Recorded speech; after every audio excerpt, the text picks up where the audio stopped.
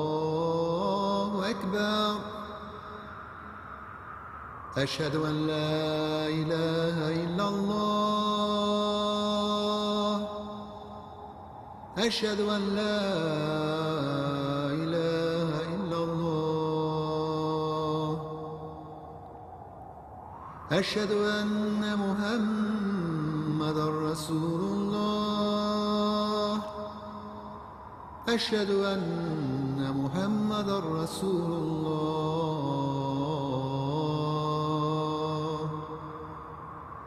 حي على الصلاة حي على الصلاة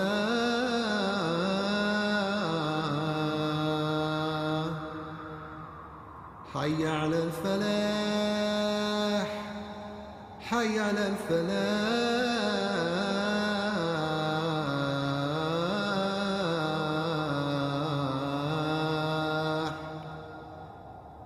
الله أكبر الله أكبر لا إله إلا الله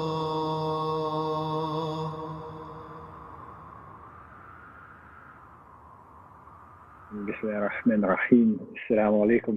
الحمد لله نحمده ونستعينه ونستغفره ونعوذ بالله من شرور أنفسنا أعوذ بالله من الشيطان الرجيم. بسم الله الرحمن الرحيم.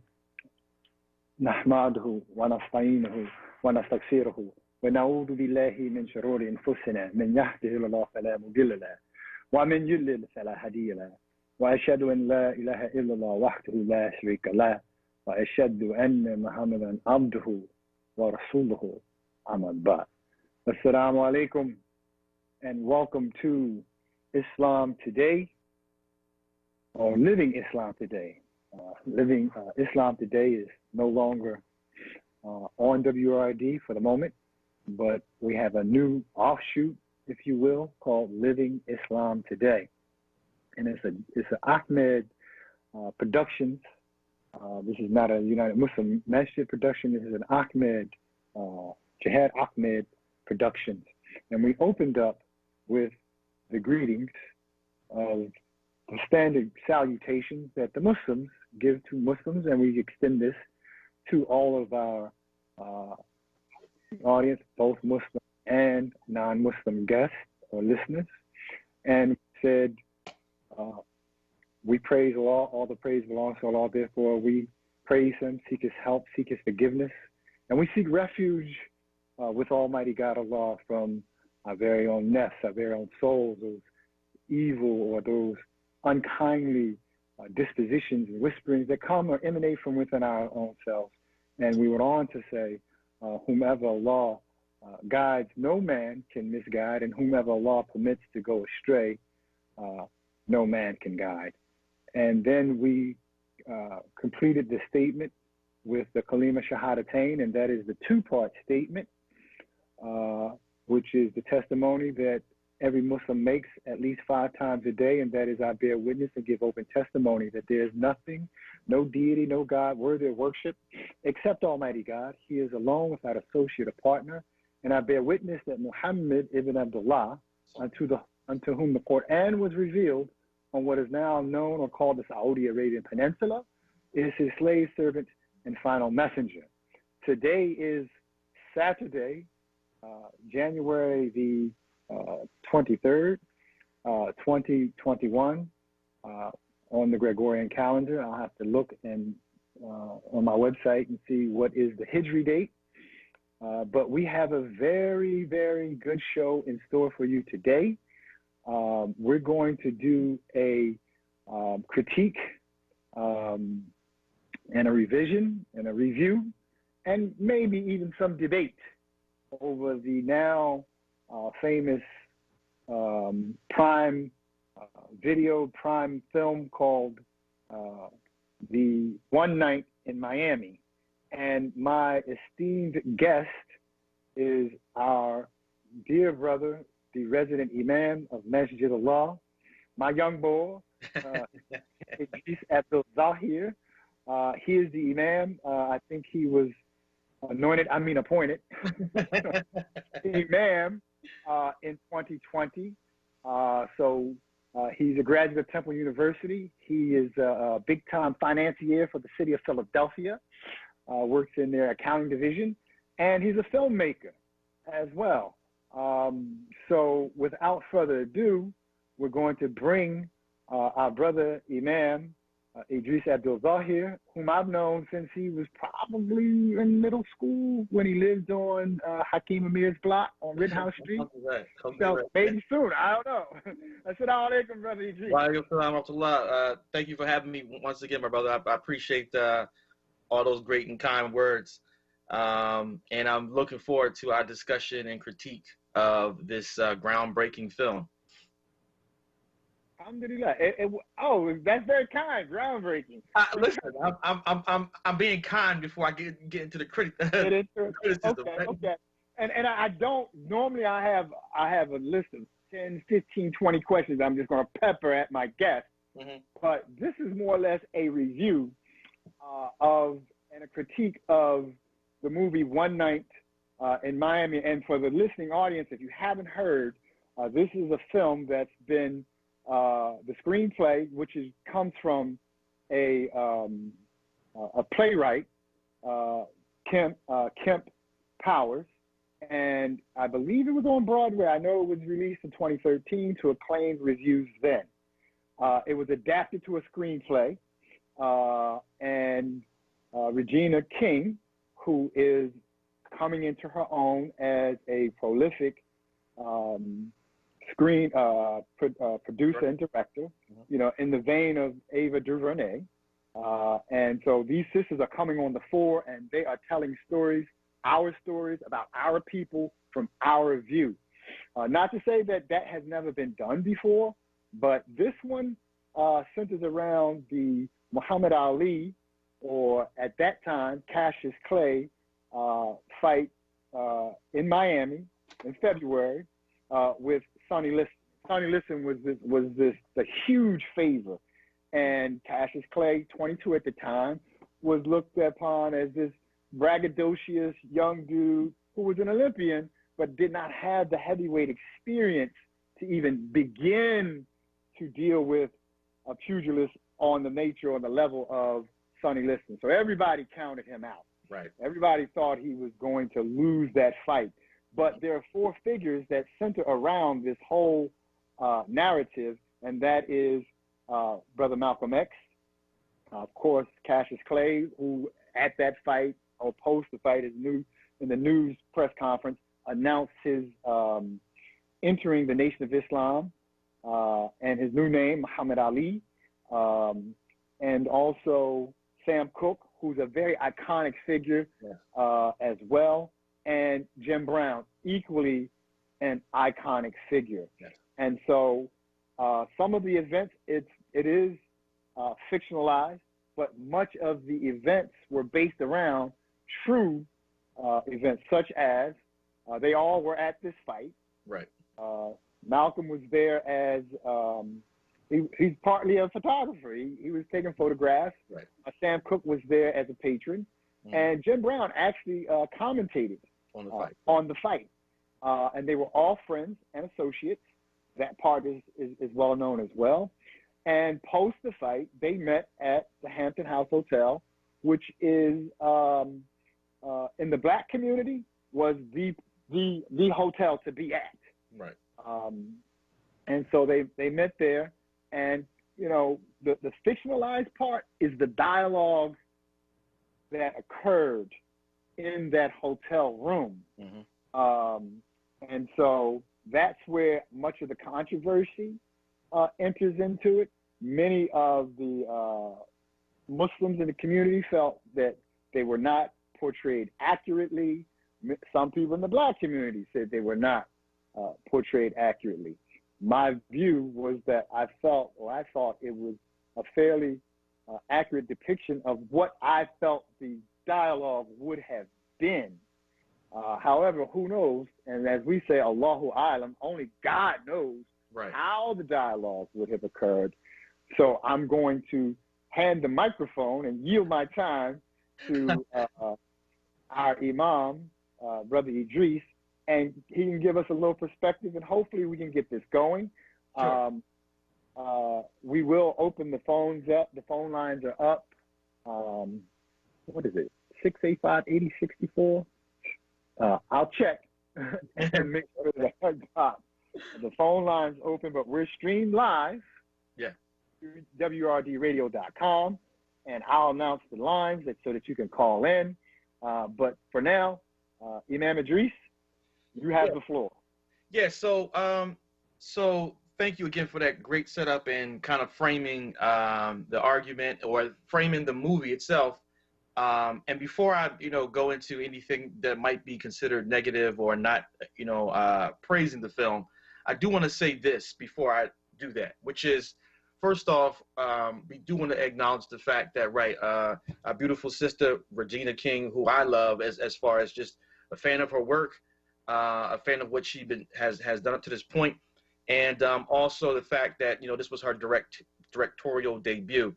And as you know, you co-produced the Ask a Muslim series with me.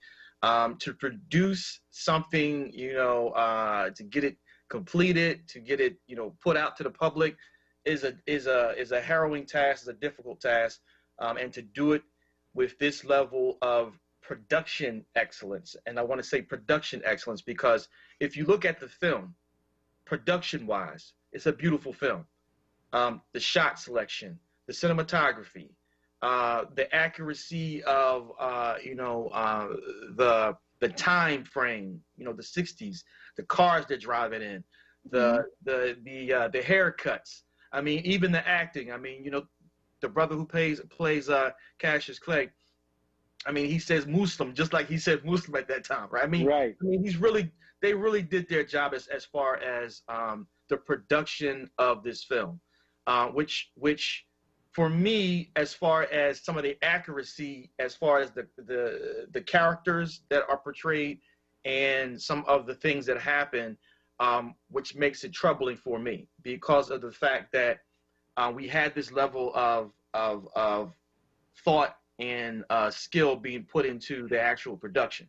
So the first thing I think that jars me at least when I start to watch the film is just things that Muslims notice, right? And if you've watched any other films, if you watch actual footage of Malcolm X, and if you knew people who knew him, the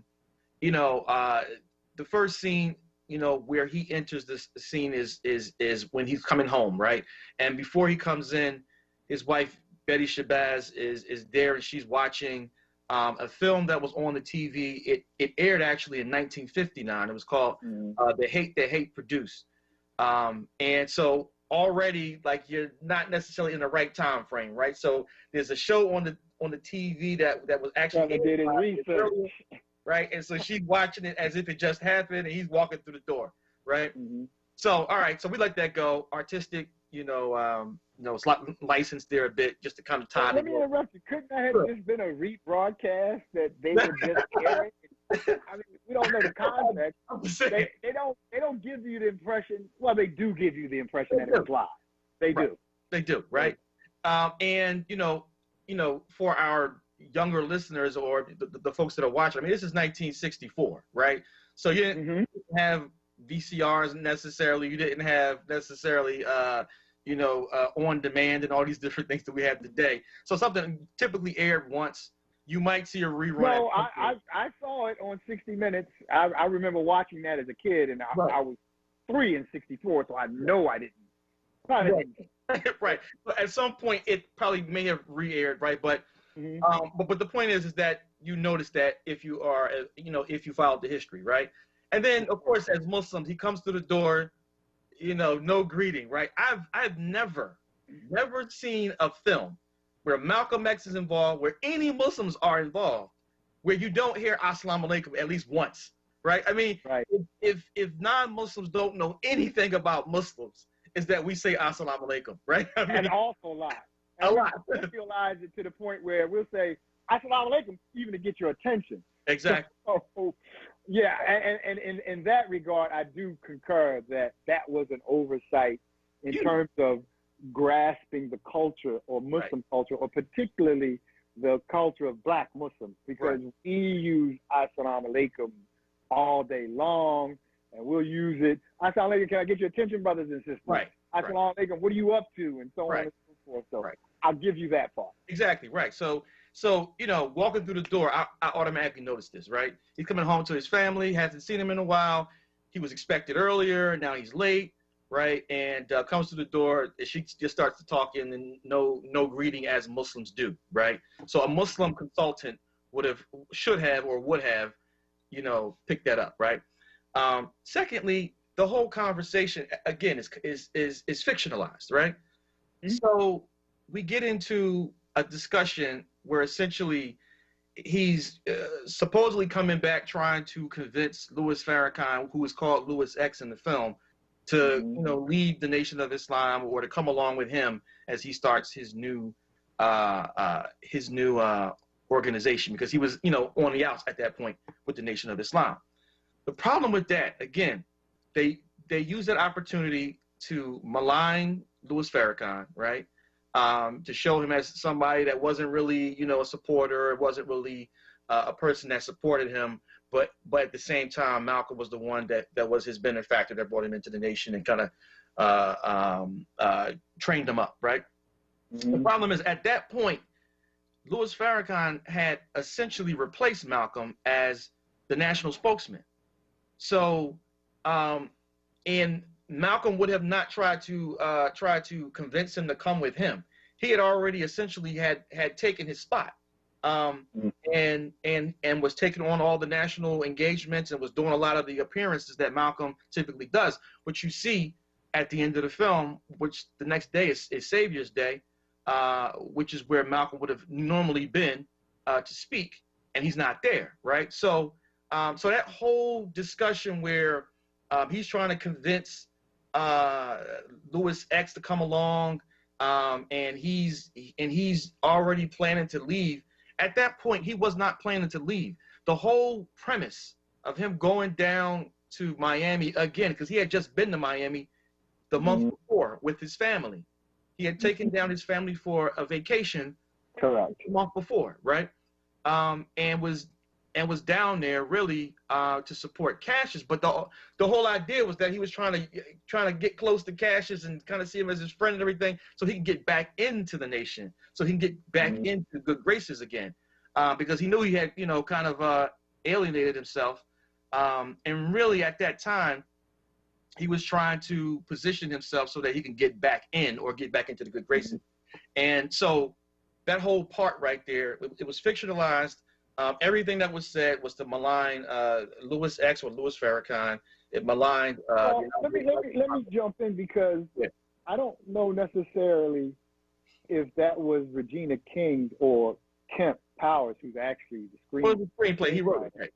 Right, that he wrote it. That was his intention, as much as he wanted to contextualize the conflict that was going on at the time with Louis X and with the Nation of Islam, and I don't think he could have stretched it out in such great detail. So I think they used that opportunity to say, look, you know, because one friend was saying, well, he would have never had that discussion with Betty Shabazz.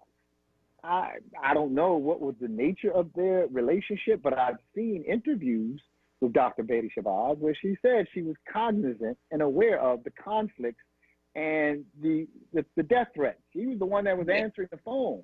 Yeah. You know, so she obviously. What I'm making though is that it's not that there wasn't some tension and things going on, and that he would have discussed it with his wife. What I'm talking about is the fact that at that moment he wasn't strategizing on leaving. He was strategizing on how he could stay. That's what I'm saying. Right. Yeah, I think, to more or less, again, taking into consideration, you only got so much time, and so you've got to pull all this into the mix, so to speak. I noticed that some other folks said, well, you know, they didn't pray correctly. And I don't think that the Nation of Islam had been taught or had been performing the formal prayers in Islam. And the whole thing was, you know, where someone said, well, he corrected Muhammad Ali in the Salat. Right. But that was his whole thing, was he was teaching him how to pray. Yeah. But so all right. So that scene too. That scene kind of that scene. Let's break that down for a second, right? So they go out of their way to show the Muslim prayer in a way that the Nation of Islam was not praying en masse at that point. Okay. What they were doing at that time was dua, as standing up, right? When Brother Kareem's out on the balcony, exactly, and he prays. Exactly, right. So that's how they pray, right? And in Malcolm's autobiography, I believe it was, he even said that he didn't learn how to properly make salat like a Sunni Muslim does or Orthodox Muslim does until he was preparing to go to Hajj, right? Correct. So that was later. So you show this scene, all right, okay, fine. You want to show this scene, you want to show the Muslim prayer because this is how we identify Muslims in films, right? Great. Couple things that kind of stand out, right? They go out of their way to show the prayer is not done wrong. Malcolm's on the wrong side of the prayer, correcting Muhammad Ali about how to hold his hands, but he's on the wrong side of the prayer. There are parts of the prayer that are audible, that are typically not audible. And then some freestyle stuff at the end that I've never seen before myself as a Muslim, right? Right? But remember, they didn't know how to pray at that point. Yeah, man. But come on. So, two more points I want to make there, right? Second thing is in the background, and this is the part that us film cats pick up, and a good friend of mine, Usama Tunaga, pointed this out, which is the fact that they play the Middle Eastern music as they are, praying, right? Which is typical, aligning Islam with a foreign entity or being a foreign thing, right? And Malcolm X and Muhammad Ali are the pinnacle, as far as we're concerned, of American Islam or American Muslims, right? And so to use background music and to otherize them and to take you off to some foreign land, subconsciously, is otherizing them. You could have played some other music or no music, some jazz. I mean, Sam Cooke, Muhammad, Art Blakely. I mean, a bunch of Muslim jazz greats that couldn't play the background. You haven't given me any major bones of contention, but you're a cinematographer, and I think that's kind of interesting. But we got to go to a break. Okay. So with that, we're going to go to a break. The call-in number is 63. Let's go to the break, and then we'll come back, and I'll have the call-out number. You're listening to Islam Today with your host, Qasim Rashad, and our guest, Imam Idris Abdul-Zahir. Assalamu alaikum. Done by partnering with a variety of local community organizations and establishments with the goal to bring 26% of Philadelphia's population live below the poverty line in 2017. There's an increasing share of residents struggling to cover the most fundamental necessities. On a national level, Philadelphia was among the highest with poverty rates. Muslim Serve's mission is to develop and implement programs addressing food insecurity in collaboration with local community partners. Fundamentally, Muslim Serve strives to uplift those in our community by providing free, hot, nutritious meals. This is done by partnering with a variety of local community organizations and establishments with the goal to bring comfort to those in need and to relieve hunger in our area, no matter who they are. Veterans, students, people with disabilities, single parents, senior citizens, working class families, and children. Muslim Serve can be reached by phone at 833-486-4370 or by email at info@muslimserve.org. Learn more about Muslim Serve and what they do on their website, muslimserve.org, and on their social media pages, Facebook, Instagram, and Twitter at Muslim Serve. Khadija Alderman's Funeral Service Incorporated. Don't let your family bear the burden of your final arrangements. Pre-arranged now. We specialize in janaza services, traditional Christian services, natural burials, and theme services. We provide repast, domestic and international shipping, webcasting, and Skyping. We service all denominations. Our new location, 1924 West Hunting Park Avenue, Philadelphia 19140, 215-225-6600. Visit us at www.khadijasfuneralservice.com. That's www.khadijasfuneralsvc.com. Like us on Facebook and follow us on Twitter. Khadija Alderman's Funeral Service, serving humanity with dignity. You're listening to Living Islam Today, an Ahmed Media Company project on WURD Radio, 900 AM and 96.1 FM. Assalamu alaikum and welcome back to Islam Today. I'm your host, Qasim Rashad, and my guest today is Imam Idris Abdul Bahir, the resident Imam of Masjid Allah in the northwest section of Philadelphia. Today is January the 23rd, 2021, and we are doing a review and a critique of the now famous Prime film called One Night in Miami. And during the break, we were talking about some of the things, and we'll talk about the casting as well. But first of all, our call-out number is 215-634-8065, and we're streamed live on WRDradio.com and also on 96.1 on FM. And what is our AM? 900 AM is our call-out number on the radio. So there were some things that, little nuances that you saw. For instance, Sam Cooke did bomb at the Copacabana. If you've seen the movie, I know I'm giving it for some people, but Jim Brown did commentate the fight. Right. The underwater shoot, everybody's seen that's a famous shoot because Muhammad Ali is underwater shadow boxing, and then it's revealed, well, the photographer at the time didn't know that Muhammad Ali could not fight.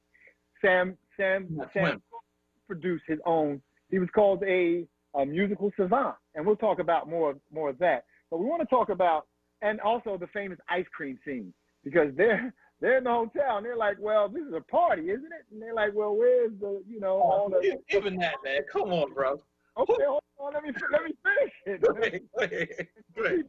Well, given the people that were in the room, and you can imagine that they was one of the only four, their concept and their idea of a party wasn't Minister Malcolm's concept or idea of a party. So Malcolm X's room in 1964 for a party. Come on, man. The whole premise is like I think no. When Muslims say party, I think we have the same type of understanding that Minister Malcolm had, and he was like, "Look, I got chips and vanilla ice cream." This is the point I'm making, though, is that again, the context is off because Muhammad Ali, first off, was fished by Captain Sam, okay, around 1959 to come into the nation, okay? So he had been a part of the nation, had been sneaking off, coming to meetings for about 5 years at this point. He knew Malcolm X at this point. Sam Cooke, there's video of Muhammad Ali or Cassius Clay with Sam Cooke. They on TV singing, doing show. I mean, all these people in this room know each other, okay? And it's documented, right? So for anybody in 1964, at this point, Malcolm X had been famous and known for years at this point, right? Nobody comes to Malcolm X's room for a party. You know what I mean? In 1964. Well, I think girls and drinking. Sam Cooke wanted to take it to the Fountain Blue. He wanted to go downstairs. But Malcolm was reluctant. He wanted to celebrate halal in his room. Said, I got ice cream. Now, but in Muhammad Ali's autobiography, the Redemption Song, Muhammad Ali and the Spirit of the 60s is the name of the book. He confirms that Malcolm X offered them ice cream. That did happen, right? Right. So contextually, that's on point. And if you really looked at the subtle nuance, Malcolm was trying to protect Muhammad from the corruption or the perceived corruption of Sam Cooke and Jim Brown taking him out to have a party with women and liquor. Now, whether Muhammad Ali is record for saying that he did drink prior to joining the nation, but he gave up, as Bundini Brown said, they gave up liquor and pork. And Bundini Brown famously said, but the white women, I couldn't do that. Of course, Muhammad Ali was never really one who was attracted to white women. But for the record, we know that Muhammad Ali had a past. Right. Say that. So I don't know in terms of the time sequence, if that, some of the scenes, they clearly show Muhammad Ali imbibing. Right. And they also, when he says, well, the disgrace. Sam Cooke tells him, well, if you don't think he drink, you ain't smelt his breath in the last. But that's the point I'm making, my brother. And so, again, they say that's disrespectful in the memory of Muhammad Ali. And Muhammad Ali is not here to confirm or corroborate. I don't think Jim Brown would confirm or corroborate. He is the only surviving member of those four. So let's get into the casting. I really thought that the brother, Leslie Odom Jr., who was cast as Sam Cooke, Philadelphia native. Yeah. He played Aaron Burr in the hit play Hamilton. Yes, sir. The brother that was played Ali, Eli Gorey, a Canadian. And the brother that played Malcolm X, Kingsley Ben Adir, a black Brit, and Aldous Hodge, Jim Brown, an African American. I thought that they were all captured their characters. I think the brother Kingsley did Malcolm's, his whole personification. I'm talking the script. Whoa. Let's not get into the script. I got you. Good. As much as did these guys capture the essence of the character. I mean, down to the finger on the head and the man, come on, bro.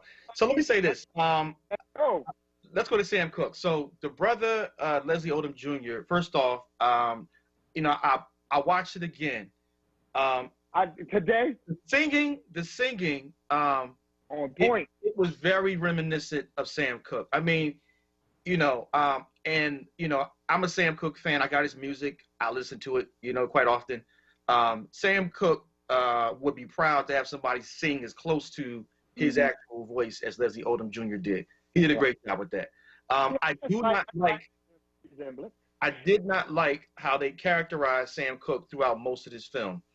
Sam Cooke was a woke activist by this time, okay? Starting in the late 50s. Again, Sam Cooke was woke. He was a part of the movement. He was given money. He was actively involved with the movement. So the whole premise that Malcolm had to shame him into, becoming woke and starting to get, active. And at this point, he was like a heathen and not necessarily in tune with everything that was going on around him. I don't know if he was so much of a heathen, but he hadn't, A Change Is Gonna Come came out after his death. Right. But he was woke. He was he was the first black to own his own label and produce and hire other musicians. But also, he was conflicted. He was deeply conflicted because of his strong roots within the church. Even when he consulted with his father, he was conflicted by that. But he had to get his father's permission to go into R&B. Right. At that time, it was called pop music. But when he was murdered in a hotel frequented by prostitutes, and he was shot by the madam of the hotel, and he was naked except for having his jacket, his sports coat on. Allegedly, the prostitute who was in the room, robbed him, took his clothes and his money so he couldn't pursue her. But the police report, oddly enough, in his car, a bottle of liquor and a copy of the Muhammad Speaks newspaper. So he was coming. And I've spoken with old timers. They said Sam Cooke was that close to being in the Nation of Islam. But there were other things that, like the separation between Malcolm and the Nation and so on and so forth, that he had to consider, and also his brand. But he was definitely a follower and a supporter of Minister Malcolm, Young Elijah Muhammad, and the Nation of Islam. And he probably wanted to be a member. I think the only one, and this is probably true to form, that wasn't was Jim Brown of the four. Right. Jim Brown said, when they asked him, you ever thought about being a Muslim? He said, man, you tasted my grandmother's pork chops. I mean, listen, artistic license there, and again, that's cool. I mean, it's artistic license. Jim Brown. And then Jim Brown also said, plus, I like white women. And if you know Jim Brown, then that was part of his repertoire. Yes. You know, he's alleged to have a famous affair with Raquel Welch because they did a movie together. You know, and so he was known, you know, for that. And the other scene where, you know, there was a brother that we both know. We were on Facebook in our little debate, and he was saying, well, he didn't believe the scene where Jim Brown goes to visit the Southern white gentleman who was a friend of his family. And in this scene, Jim Brown offers to help the the white guy to move furniture. And they were on the porch having lemonade and talking about how, and he was lauding Jim Brown and how great he was. He was a great representative for the great state of Georgia and the community. But when Jim Brown went to come into the house, he said, you know, we don't let the N-word in the house. And Jim Brown looked at him, and that's when he really realized that nothing's really changed other than his fame has elevated his status. But that, and the brother was like, that would have never happened. Yeah, it did happen. It did happen. Right. Read Jim Brown's biography. That was a true story. So much of what happened and revolved, and we've both done our homework, we've both done our research, and you start to find out, you know, and you're trying to poke holes into the story. Much of that occurred. So, but let's get back to, okay, so the casting. Did you think that Kingsley, you know, captured Malcolm? And you do agree that Odom. I think Leslie Odom sang like Sam Cooke. He resembled him a bit. I did not like much of the dialogue that was put in Sam Cooke's mouth because it wasn't true to who Sam Cooke was at that time in his life, right?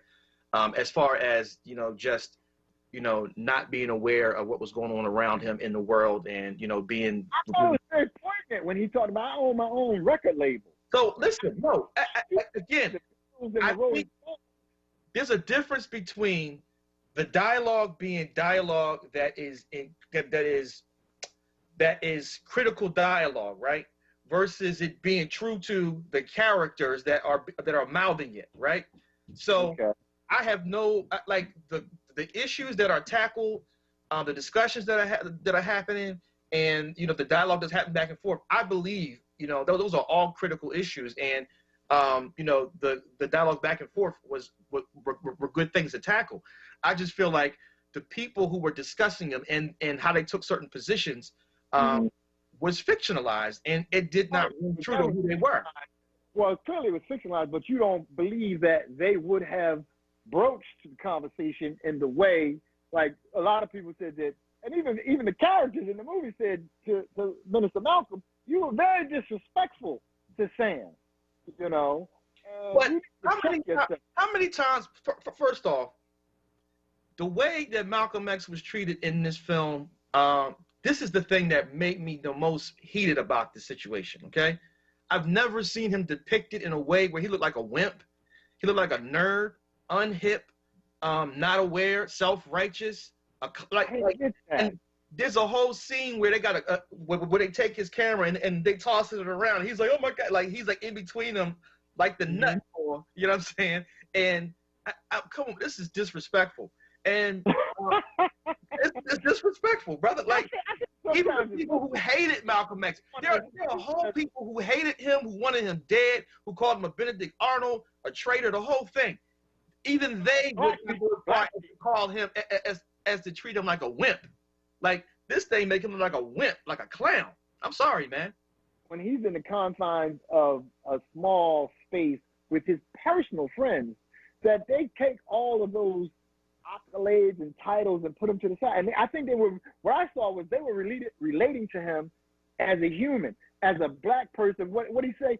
Sam Cooke told me, he says, if you take the weight of the world and put it on your shoulders, it's bad for your health, brother. And so they were telling him, look, you with us, relax.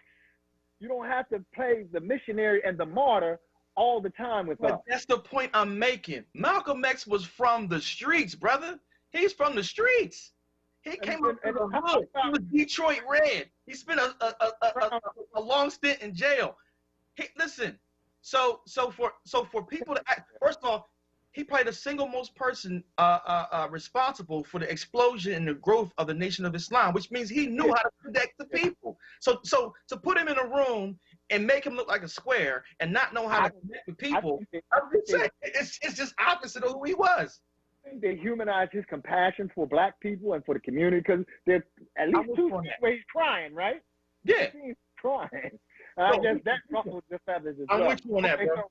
So, but did the brother Kingsley capture his essence? No, he like a nerd. He look like a nerd to me. No. I'm talking about the cadence, the speech, the posturing. No. Okay, all right. Well, we'll disagree on that. What about the brother Gory that played Muhammad Ali? He had his voice. He was dead. He had it all the way, bro. He had the mannerisms and all of it. Mannerisms, the whole thing. Uncle young man. He did an excellent job. So me and Brother Jerome Muhammad was saying, compare that to Will Smith's interpretation. I believe so because I know Will Smith from other things, right? This brother, this is the first time I've seen him. I believe him more than Will Smith.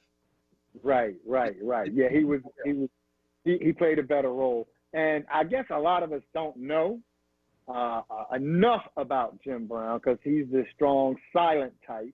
But that's what his character. He had the mannerisms of Jim Brown. He moved his face like Jim Brown, walked like him, talked like him a bit. I don't know his character as well because he's not an outspoken person. But I have studied Jim Brown enough to know that I'm a football fan. Remember that famous photograph when Muhammad Ali conscientiously objected? It was Jim Brown, Kareem Abdul-Jabbar. Right. There were several others. Right. But I think Jim Brown organized it, and those brothers were some woke brothers at that time because they put it all on the line. Right. When you don't see that now, but as the whole Black Lives Movement starts to gain in prominence, you do see more celebrities and more athletes like LeBron James stepping forward.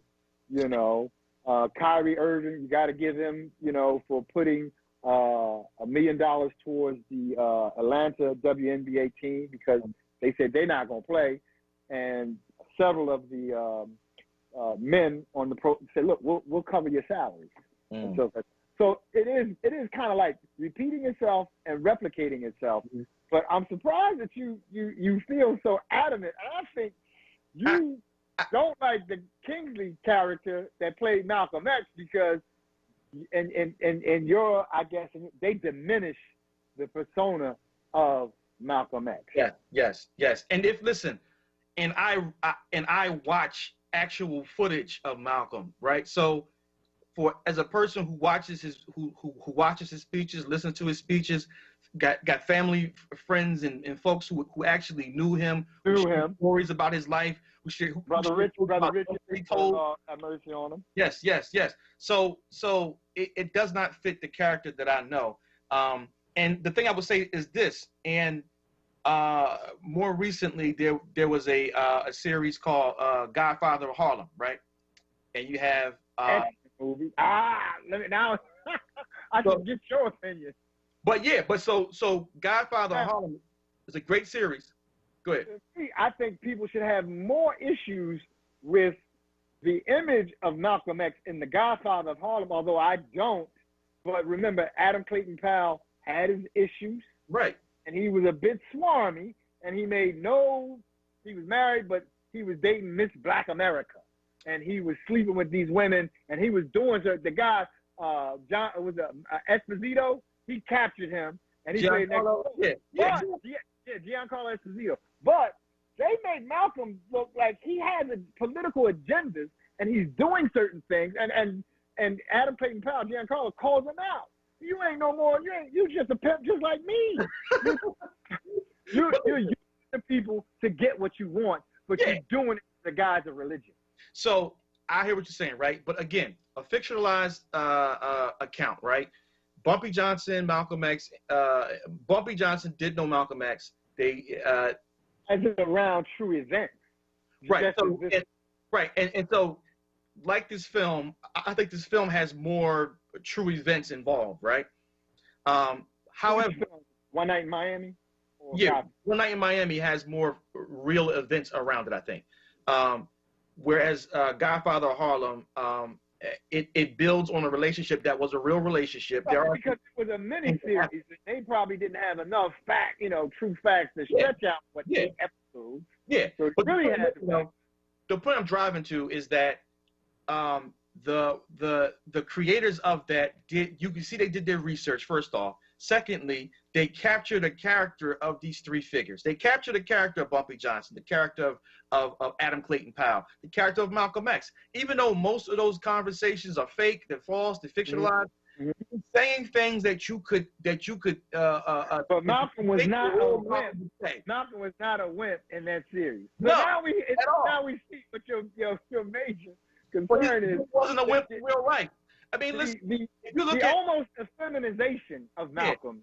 If you look at, I mean, there's at least a half dozen or more interviews where Malcolm is talking about possibly being killed, possibly being assassinated. He don't flinch. He alludes to that on the roof in One Night in Miami. Right. But if you look at the actual interviews of Malcolm X, they're on YouTube right now, right?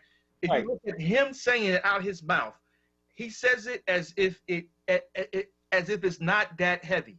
I mean, he says it without flinching. He says it without the normal human emotion. And what I appreciate about this film, right, is that absent the characters, right, absent the personalities, what we're talking about are deep issues that should be discussed, right?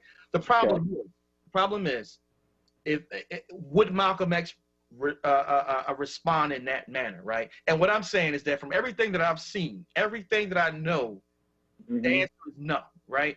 And that's really what the issue is here. So knowing that Malcolm X was both a militant and an agitator. I mean, that's how he got people. Frederick Douglass was once asked, "How can I help by young men? How can I help?" And he told what he told him: agitate, agitate, agitate. There you go. And Malcolm was the supreme agitator. So I saw that in the character. And so when he's agitating Sam Cooke, he said, well, let me say, he said, because I have the utmost high hopes and respect for you, and you can do better. And he says, why didn't you, listen to this song, Blowing in the Wind, which is a civil rights song for white folks, written by Bob Dylan and sung and performed by Bob Dylan. But that fact is true, that Sam Cooke was tormented by Blowing in the Wind. He even covered it, and if you listen to his version, in the R&B version, he blows Bob Dylan's version away. So he covered it, and he even said, I should have wrote a song, not blowing, but like Blowing in the Wind.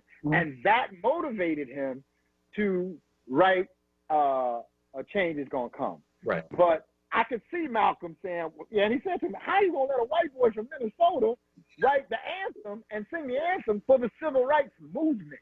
Yeah. Now, mind you, maybe at that time, Malcolm was anti-civil rights movement. So maybe you'll say, well, Malcolm would have never said that. He might not have said. I know he parroted he reiterated what the nation's position was, that we need our own land to separate. Integration is not our agenda. Right. So they weren't involved in the civil rights movement. We know, if you read the autobiography of Malcolm X, he said he went to the March on Washington, where he was there with the speech, and he sat on the trunk of his car, and he listened to that speech, and he had wished he was there. But now this was post all of that. Right. I think Malcolm would have challenged him. So I don't doubt that he would have challenged him, because that was his nature, right? What I'm saying is that the way in which the dialogue went, it was insulting to Sam, it was belittling of Sam Cooke, and a person who's from the streets, who knew how to connect well with people, who was the single most person responsible for bringing people to the nation, would have been more sophisticated than that. That's just my opinion. The only time the emasculation, that's where you're going, or when they were on the roof. Mm-hmm. I think Jim Brown says to Malcolm, "You ain't no athlete. Well, You're no man. You don't do what we do." that was Sam Cooke. That was Sam Cooke. Front, yeah, no, You're not one of us. One of us, right? But I think when Jim Brown said, "You're not no athlete," and Malcolm said, "You're right. I don't play football." Mm-hmm. But Malcolm's 6'4". Yeah, little skinny dude. I'm glad to bring up that scene. Right. First off, cinematically, you get the shot where the back of them is there's 4 of them there, fireworks in the distance, beautiful shot, right? So I just think that was a great shot. But there's a section there where it goes off and Malcolm is talking about death, right? He's talking about foretelling his own cloud that's coming over him and feeling that people are after him, and it's getting heavy, right? And if a friend of yours starts talking about people possibly after him to kill him, right? In the middle of that, they make Muhammad Ali say some old silly, dumb stuff and to break up that. He did say something silly to break the ice. Right. Oh, he said that Jim Brown was going to star in a movie. Right. After Jim Brown told him, "Don't tell nobody." Right. And he said, "I did it to break because it was too tense up here." Yeah, but I think, so I'm hearing the director are here, and so if I was directing it, I would have did this, I would have done that, and that's what I'm hearing. Mm-hmm. When was your second viewing? About an hour ago. I just finished it up about an hour ago. I'm getting ready. Yeah. I saw that Mike Tyson image you put up there. He's like, "Yo, Cosmo, all right? I'm ready, yeah." Because I'm hearing a little differently. Although you still sticking to your guns, mm-hmm. but I hear a little more appreciation for Regina King and appreciation for the screams. No, more so than when we was kicking it on Monday or Tuesday. Well, Facebook, you can only say so much. Right? I mean, I have not heard quote unquote trash. No. So listen to me. Listen to me. Listen to me. Okay. Politically correct. No. In my estimation, right? My estimation. I ain't trying to put the net effect of this movie is trash. Okay. And let me explain why. Give me a second to explain why. The net is because it allows the characters to malign the character of Malcolm X. They call him Negro. They make him look like a square. They make him look like he's out of touch. And if you look at the history of Black Muslims in America, the heroes of us are Muhammad Ali and Malcolm X, right? And we're not going to put them on a pedestal like they're perfect or that they're demigods or prophets or anything like that, right? But the point is that if you're going to touch their legacy, you can't have Muhammad Ali drinking alcohol in 1964 when he had been done away with that. You can't have people coming to Malcolm X's room act like they're going to have a party, and you knew when you met with Malcolm, it was about strategizing and trying to move our people forward, right? And you got other respectable people clowning him and treating him like he's a nut, right? And so for me, that's dangerous because a lot of children, young people don't really know Malcolm X, right? They don't know people who knew him. They don't know folks who soldiered with him. They didn't see him personally. One more second, right? And so it's dangerous because this is a redefining point. And 10 years from now, 20 years from now, 30 years from now, Malcolm X could be somebody that we don't recognize because people have taken artistic license with who he really was. That's dangerous. I can understand your concern with that. My interpretation or understanding was that they humanized Malcolm X. Like, if me and you had been in 1964 and we met Malcolm X, "Oh, Minister Malcolm, what can I do?" "Yes, sir," "No, sir." But would his closest friends not have reduced themselves to some shenanigans, like up on the roof? Or would they said Negro, they didn't say the N-word. He said Negroes, which is a little more respectful. But I think Malcolm had friends, and you can imagine some of the shenanigans that went on in MLK's hotel room, because it's documented. So their friends took the divine away from them when they were in close quarters, and he could loosen up his tie, which he never did, because I think Sam Cooke said, "Man, you talking to me in a hot behind room with a suit on." I hear you. But here's the thing, and this is the thing that Muslims should know, right? Even me as an imam, right? I have friends too, friends that go back 20, 30, 40 years, right?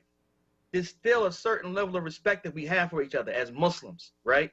That we don't call each other certain things and don't do certain things, right? Just in general. Your cut buddy, the other Idris, has never called you a Negro or Never. Well, since you've been imam. Even before that, we joke on each other in certain manners. So I'm just saying, so I'm just saying, Malcolm is a huge figure at this point. Even if you're going to cut on him, it's not in a way to have him disrespected by his people. Last thing I want to say too is we are sitting here 2,000 years from Jesus, right? Jesus was what? A man with hair like lamb's wool, skin like brass, right? And the image that prevails today is of a Caucasian, long hair, blue eyes, right? It's because artists over the centuries took artistic license and transformed who he really was to what we know today, right? And so this is what can happen with our heroes like Muhammad Ali and Malcolm X if we don't protect their legacy. Okay, all right, I'll give you that.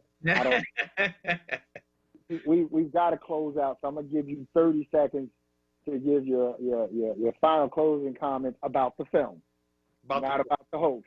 Got you. So once again, the film, I think as far as filmmaking is concerned, it was well done as far as the shots, cinematography. I think it was mostly well casted, mostly well acted.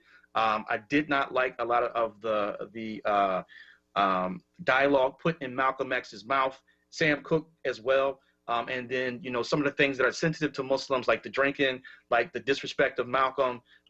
These are things that we find offensive. And, they really need a Muslim consultant on this if they care to get it right. And I think they probably did, but I understand your point, though. A better Muslim consultant. Right, a better one. There you go. So you throwing your name out there. You're a cinematographer. Listen, I'm here. Yeah, tell Regina, look, I'm here for you, Regina, if you want to do part 2. Okay. All right. Well, with that, we've come to the conclusion of our program.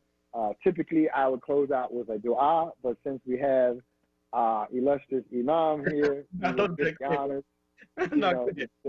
to you. No, go ahead.